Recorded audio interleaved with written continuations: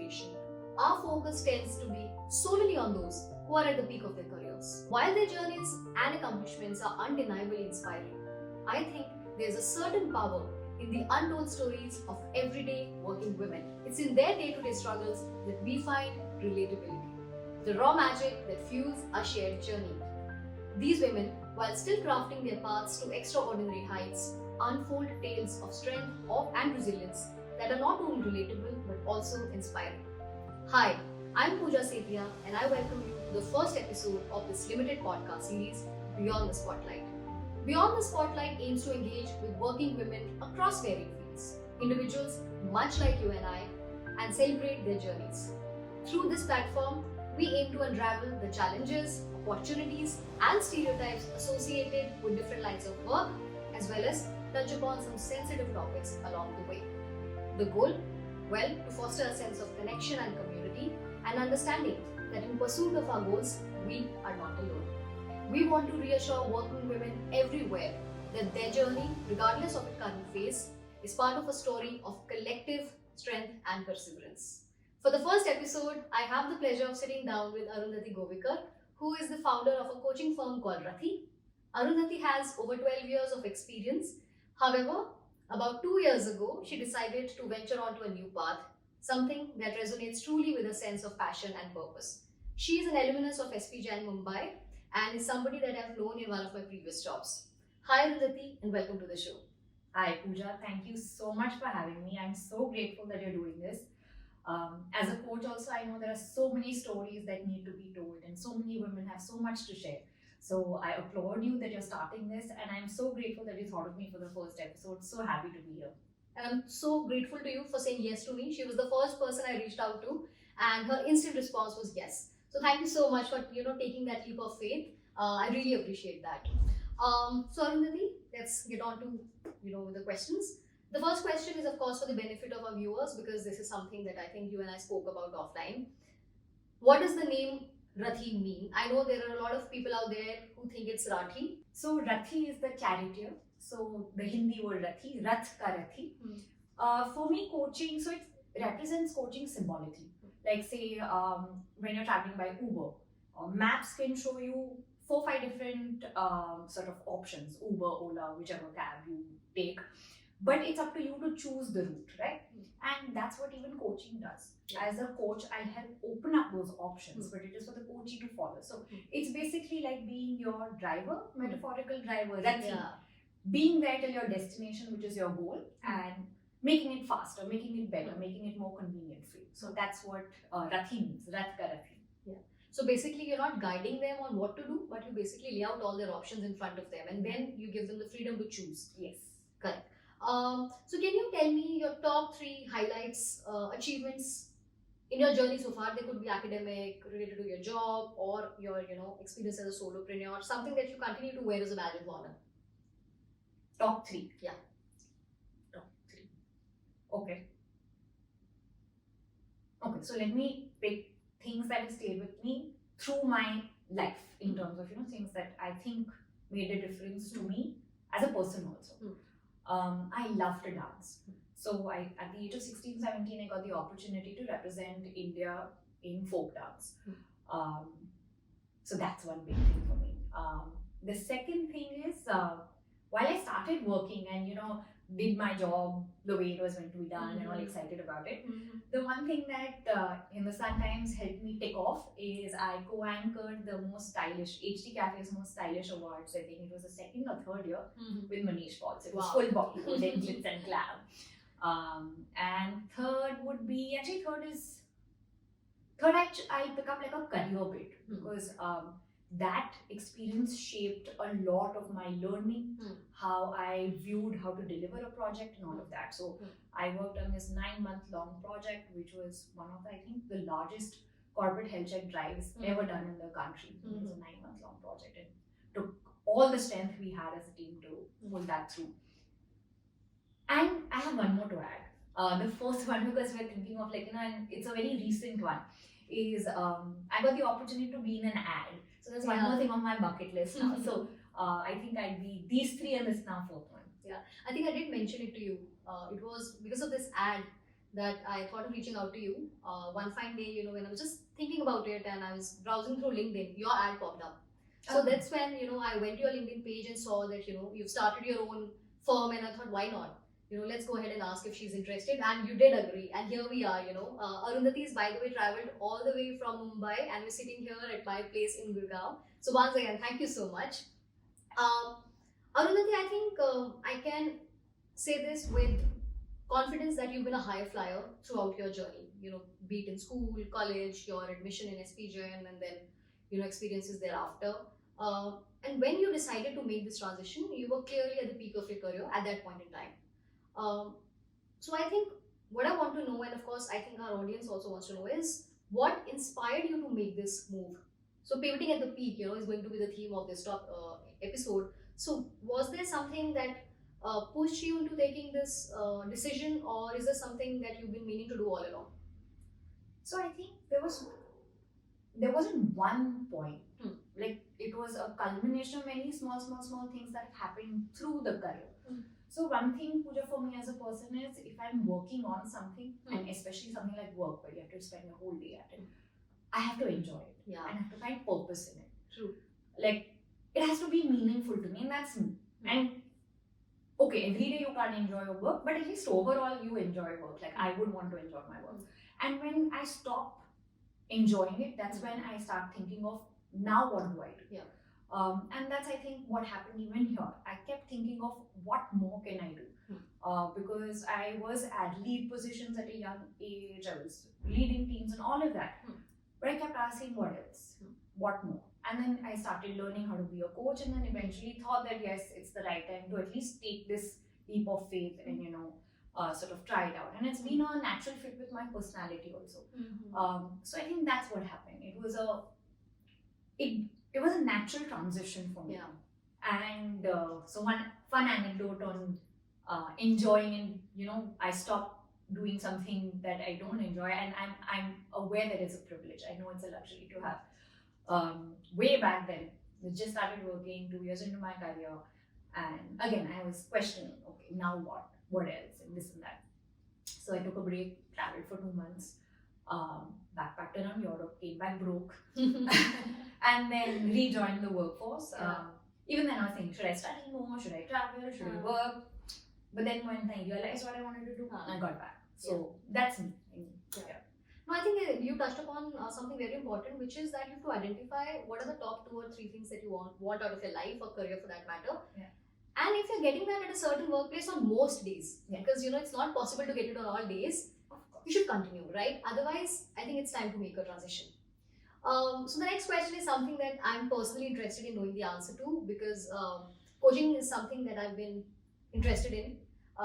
It piqued my interest several years ago once I started working, and I don't know if I mentioned it, I actually started my career as a faculty. So I used to actually train students for CAT. I used to teach math. So somehow I feel like, this is something that I draw a lot of, inspiration from, and I want to do something. But time and again, I, put this idea on hold, thinking that I'm not senior enough.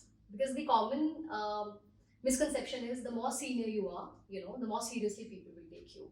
So you are a young female coach. Do you encounter challenges in gaining recognition or say establishing credibility with your clients? And if yes, how do you navigate your way through these challenges? So I'm going to answer that in 2 parts, because being young and female has its advantages and its disadvantages. Or not even disadvantages, but I'll come to the sort of underlying tone that we want to address and bring forth for the women who are watching this.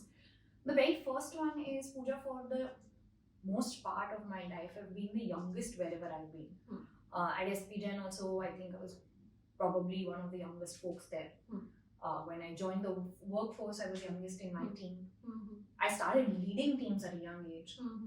So that itself gave me some confidence to understand that, okay, my judgment is okay on a certain levels where I need to learn. So that confidence was sort of built over time, and that I sort of credit my seniors, my teammates, right from day one of internship with Hindustan Times.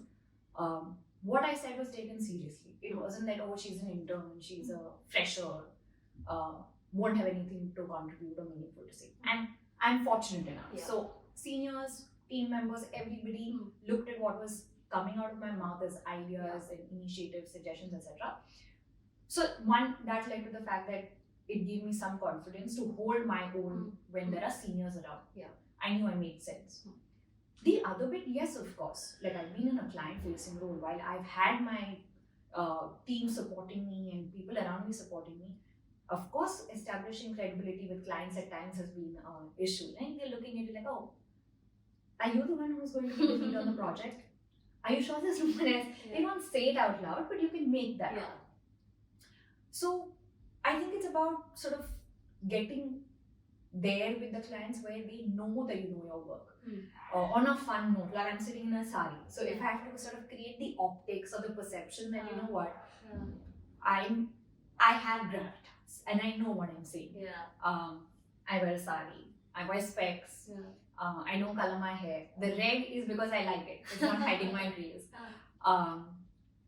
But this is with any job, right? The perception and the optics of it. If you go to a hospital and you see a doctor in a t-shirt and shorts, I want to take that gentleman or the lady seriously. No, I want them in a white coat and things. Correct. So it applies across, across gender and across professions. But the one thing I will say is that while there is explicitly not being called out, it is about proving your worth. It may be a little more difficult for me to sort of get that meaning, but I eventually get it. And once I get it, and once people realize that, okay, it makes sense to follow her approach, or what she's saying makes sense, we may not have work for you immediately. We engage later, but I get that opportunity. And I want to say this to everyone who may be facing any sort of bias. Forget gender, forget age, any bias. Bias like have an accent when I speak English. I don't know Hindi, I don't know English. You know, any of these things can be things at the workplace. So put your head down and work. Work speaks for itself. So prove your worth. Because nothing speaks like it. I think the two main takeaways for me are that number one, having a group of people who truly believe in you, back you, that's very, very important, because I have seen this over the course of my career of 10 years, that a lot of times what you say is discounted because of who you are at that point in time. It could be your level in the organization, your age, your gender, which is unfortunate. And second is, of course, if you're true to your craft, your work, eventually people do see merit in that, right? So like you said, just keep your head down and stay active. Yes. Okay, so you spoke about this interesting decision you took many years ago. Quit your job, backpack, trip through Europe. But a lot of people don't have that luxury. You use the word privilege, right? I know there are a lot of women out there, working women, especially working mothers, who are struggling to strike a balance between their personal lives and professional lives, but they still don't take that jump, fearing potential setbacks, right? With so many companies starting return to work programs, the harsh reality is they do take pay cuts or diminished roles once they go back. So what would be your advice to all those women who are still, not sure what to do? Well, I'll first start off by saying that the decision I took many years ago was also life stage. I didn't have any responsibilities, no rent to pay, nothing. So I could do that. But coming to, taking that decision to step away from mainstream, whether it is sabbatical, change of career, change of pace, whatever it is. If you want to, either you're stepping away from mainstream or stepping back into mainstream after some time, because that's also a struggle for many women. And like you mentioned, taking a pay cut or a diminished role. So firstly is, as a coach, I would ask 3 questions, and I ask this to myself also. One is, what can I do? In all honesty, my skill set, my ability, my time, my resource, what can I do? What can't I do? My own limitations, whether it's my own or my surrounding, where I am, life stage, all of that. Third, what am I willing to let go? So when you said diminished role and pay cut, what am I willing to let go? Am I willing to let go that so that I get a good brand name on my CV? Or am I willing to let go a good brand name so that I get the pay? There is always a trade-off. So what am I willing to let go? And also at this life stage, when we're talking about working mothers, etc., there is that bit of fine financial Yeah. security, of course. You have to sit down and do the maths. Yeah. To be an independent working woman when you're stepping away or stepping back. And that plays a big role, and I can be very honest in saying that, I took that long, hard look and said that, okay, I'm comfortable stepping away from that high package, that salary that came rolling in every month, because I want to do this. Yeah. And here is something, two things, Pooja, that I really want to send out as a message. Number one is taking a break, taking a sabbatical, change of pace doesn't mean you're unambitious, doesn't mean you're not career oriented, it doesn't mean you don't have passion, it doesn't mean you're lazy, it doesn't mean you don't care, it just means you're trying something different. Because it's often looked at, oh, okay, now I want to take it slow, and it just means you're trying something different. So don't let what others think bog you down. So take that decision. If you're wondering what other people will say, this is my one advice. And second bit is society attaches a person's worth to whether they're earning or not, or how much they earn. So it's easy for us to fall into that trap on our own without anyone saying anything to us. So to be mindful of that, to be mentally ready to one day realize that I may be asking myself the same question, or if someone else asks me, to be grounded that I know the decision I've taken and I have answered those three questions. What can I do? What can't I do? And what am I willing to let go? So I think I'm actually going to use this line in the LinkedIn post, which is change of pace does not translate into lack of ambition, lack of energy, lack of competence. It just means at that point in time you're prioritizing something else, which is very, very important for everybody to understand. That's number one. And second is, yes, people do attach their self-worth to the amount of money they make, and I think that also kind of comes from the society that we've been brought up in. Men traditionally have had a higher say in relationships because they were the breadwinners, and I think most of our generation wanted to actually go out and earn, also because we wanted to have a voice in the family. So I think it stems from that as well. So these days everybody is glorifying entrepreneurship. You're a solopreneur yourself, but of course that doesn't mean that corporate experiences do not add any value. They do not enrich your experiences. Can you shed some light on how did your experiences shape your coaching philosophy or strengthen your working style? And in what ways, our youth should actually look forward to joining corporates? So that's a very well put sentence and a question, Pooja, because I stepped away because I found purpose. And I've learned so much in my 12 years. I've learned my value system as a professional.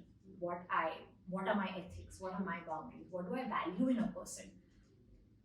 I've figured out that I'm good at a few things and bad at a few things. I figured out that I prefer concentrating on strengths, getting people the right thing for them to do so that they can also thrive. I've been in client-facing roles my whole life. So I understand business, I understand P&L. I understand that when there is money at work, play, it pinches, and it pinches the client hard. And specifically to my role and my vision for RATI, actually can be also sort of fructified now that I'm taking steps towards it, is because I was part of corporate. I understood the length and breadth of things because I was in service delivery and operations.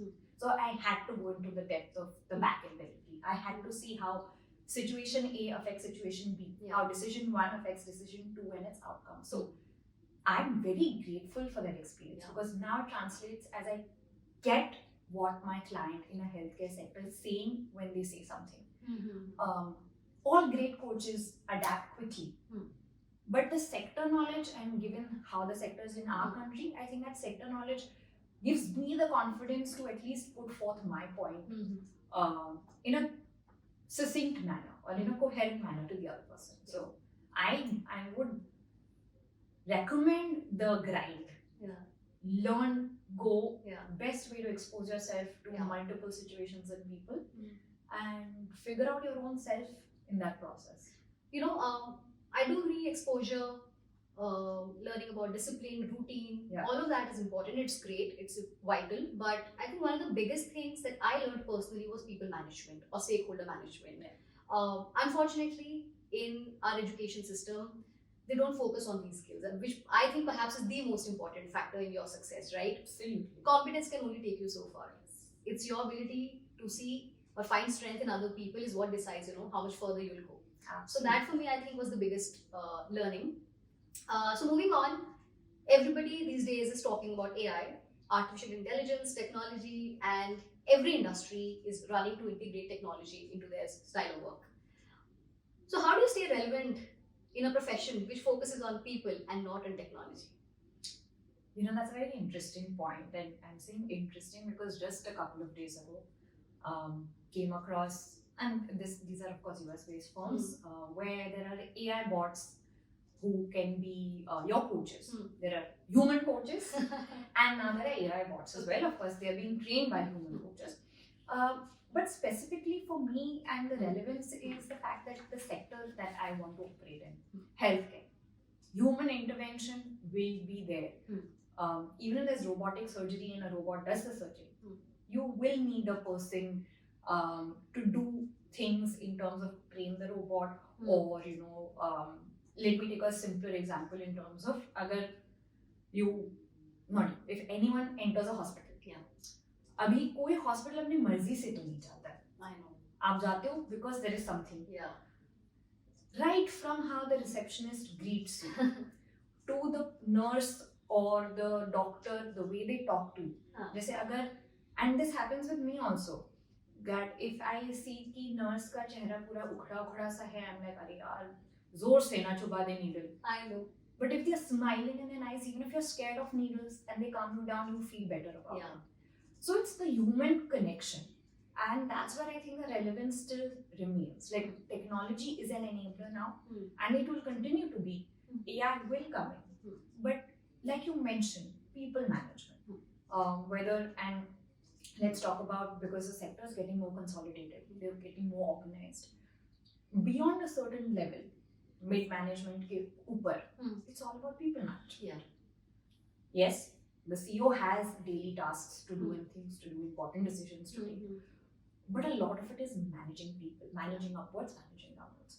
So I think the relevance comes for me in the fact that there is still much to do. And one very important bit is the ethical boundaries in the value system that we'll have to replicate if AI ever has to come in. Because healthcare is subjective. Requires empathy, requires a judgment call.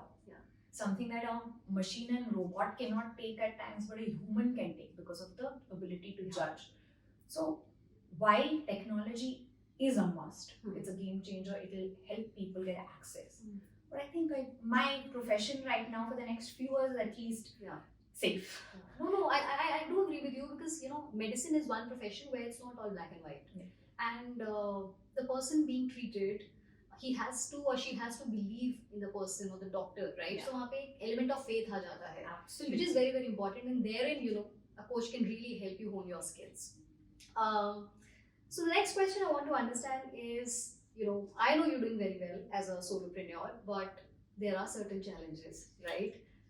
So can you openly talk about those challenges? I mean, not to, of course, discourage anybody to take these steps, but just to set out realistic expectation on, what they can hope to see should they choose to go on this path. Of course, I can flat out say that it's not as fancy as it looks. I would not change a thing. For me, it means something, but there are days when I'm thinking, okay, I took this decision, should I have? But there are things that I miss. And you asked me about corporate life. I actually miss random chit chats. Because solopreneur working alone, don't have a team. I miss tea time chit chats. I miss that, there is a brief come in or there's an escalation come in. The kurkur that I can do locally.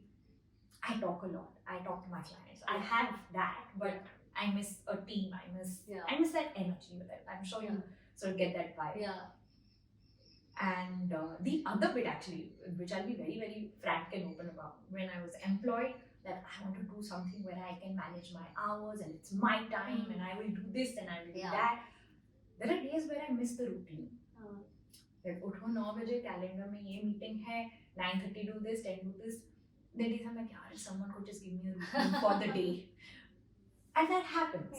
That the timetable, like you also mentioned, that routine, that discipline, sometimes, has to be really channeled and forced when you're a solopreneur. And last but not the least is the financial angle. We did speak about it, that you have to take a long, hard look. But it doesn't mean that that first of every month wala jo hota hai, that that uneasiness doesn't go away. There's no promise of money, right? Yeah, nobody's giving me a monthly salary, irrespective of whether I put in 5 hours or 10 hours or 15 hours. Plus, these days, all your food delivery apps and everything on the first, they're sending you these pop-ups saying it's salary day, please enjoy. I'm like, अरे यार, हम अभी salary पे नहीं काम कर रहे. Can you please profile and then send motivational messages for solopreneurs that don't worry, you have it like. So yeah, I think that's. I know, I so feel you, and sometimes I feel like I was able to get more done on the personal front when I was doing a full-time, 9 to 5 kind of a job. Because then you have to have a structure, because you want to hit the gym, you also want to spend quality time with the kids, you also want to spend time with your husband. So which is why you make, these time slots. But now since time hai, sometimes there are days when I just find myself sitting on the couch all day long and watching Netflix. So yes, I think then this goes back to one of the previous answers where you said you have to have a very honest conversation about what you can, what you cannot do. Right? So now we're going to have a fun true or false round, Arundhati. I'm going to throw 4 questions at you, of course true or false, and then if you feel that you want to educate our viewers on the correct answers, please by all means go ahead. The first one, coaches and mentors are the same. False. A quick clarification on that. Coaching actually follows a more questioning methodology. Our approach is to ask questions so that our coaches find answers for themselves. Mentorship at times is guidance and telling. That in my experience, when I was in your situation, I did this. Why don't you try it out? Or why don't you try this in your situation? So that's the stark difference. Sometimes overlap hota hai, but the main difference is this. That's why the false. Okay. So second question, kind of linked to the first. Experience in a certain field is enough to be a coach. False. Experience, and I'll take my example. Experience helps you understand the client better, maybe like healthcare, I understand it. But coaching, we're taught behavioral models, we're taught our own boundaries, we're taught ethics, we're taught how to ask questions, how to read people. Some experienced folks and leaders are natural coaches. It comes in naturally to them, but for others, experience doesn't mean that they can coach. I recommend that they get certified. Okay. The third one. Coaching is helpful only in senior positions. Ekdam false. It is applicable to anyone who has a goal, personal or professional. That's it, bottom line. My youngest client has been 12 years of age, and my oldest client has been 55, 60 years of age. 12 saal ka bachcha. Wow. No, good to see that people actually appreciate the importance of coaching and how it can actually, shape your way of thinking. So yeah, I think that's good. The last one, coaching only helps the person being coached. False. The journey to become a coach is more illuminating for the coach, was for me, than I don't know, I hope my clients get the same sort of experience that I went through, but it helped me understand my thought patterns, my limitations, my own boundaries. I could set them better without feeling guilty. I could address situations now as a coach, see through and through, not get worked up, things like that, or call out something. So I think it helped me as a person to identify who I am, because through life stages, and this happens, we keep changing, our personalities keep evolving. We're not the same people we were even 3 years ago. Absolutely.